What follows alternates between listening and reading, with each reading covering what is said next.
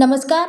यवतमाळ जिल्ह्यातील राळेगाव तालुक्यात ग्रामपंचायत वनोजा येथील कर्मचारी नियुक्त प्रतिक्रियेवर निर्माण झालेला वाद अखेर शांततेत निवळला. पंचायत समिती राळेगाव कार्यालयासमोर सुरू असलेल्या आमरण उपोषणाची प्रशासनाच्या स्पष्ट ग्वाहीवर सकारात्मक सांगता करण्यात आली. ग्रामपंचायत वनोजा येथे कर्मचारी नियुक्ती संदर्भात झालेल्या ग्रामसभा चर्चेत संबंधित कर्मचाऱ्याला केवळ रोजंदारी तत्वावर कामावर घेण्याचा निर्णय घेण्यात आला होता. मात्र स्थायी नियुक्तीबाबत अंतिम निर्णय झाल्याचा गैरसमज निर्माण झाल्याने काही युवकांनी संताप व्यक्त करत उपोषणाचा मार्ग स्वीकारला आहे. या पार्श्वभूमीवर गटविकास अधिकारी केशव पवार आणि ग्रामपंचायत सचिव सुबोध चांगले यांनी प्रशासनाची भूमिका स्पष्ट केली. संबंधित प्रकरण न्यायालयीन प्रक्रियेशी निगडीत असल्याची शक्यता असल्याचे सध्या स्थायी नियुक्ती करणे शक्य नसल्याचे त्यांनी सांगितले. शासन नियम व ग्रामपंचायत सभेच्या मंजुरीनंतर पुढील कार्यवाही केली जाईल अशी ठोस हमी प्रशासनाकडून देण्यात आली. प्रशासनाच्या या स्पष्ट भूमिकेवर उपोषणकर्ते जितेंद्र खोडे,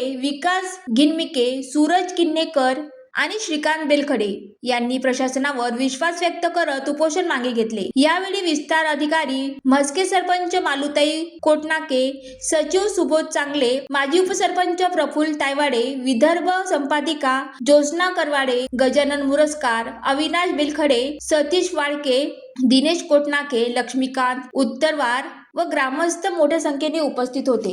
या वादाच्या तोडक्यात विस्तार अधिकारी म्हस्के, ग्रामपंचायत सचिव सुबोध चांगले आणि दैनिक युवक आधारच्या विदर्भ संपादिका ज्योत्स्ना करवाडे यांनी महत्त्वाची भूमिका बजावली. प्रशासन व उपोषणकर्ते यांच्या सकारात्मक संवाद घडवून आणत तणावपूर्ण परिस्थिती शांततेत निवळली. माध्यमाच्या सकारात्मक हस्तक्षेपामुळे आणि प्रशासनाच्या स्पष्ट भूमिकेमुळे विश्वासाचे वातावरण निर्माण झाले आहे. अखेर आमरण उपोषणाची सकारात्मक सांगता झाली. ज्वालादीप न्यूज साठी नरेश राऊत, यवतमाळ.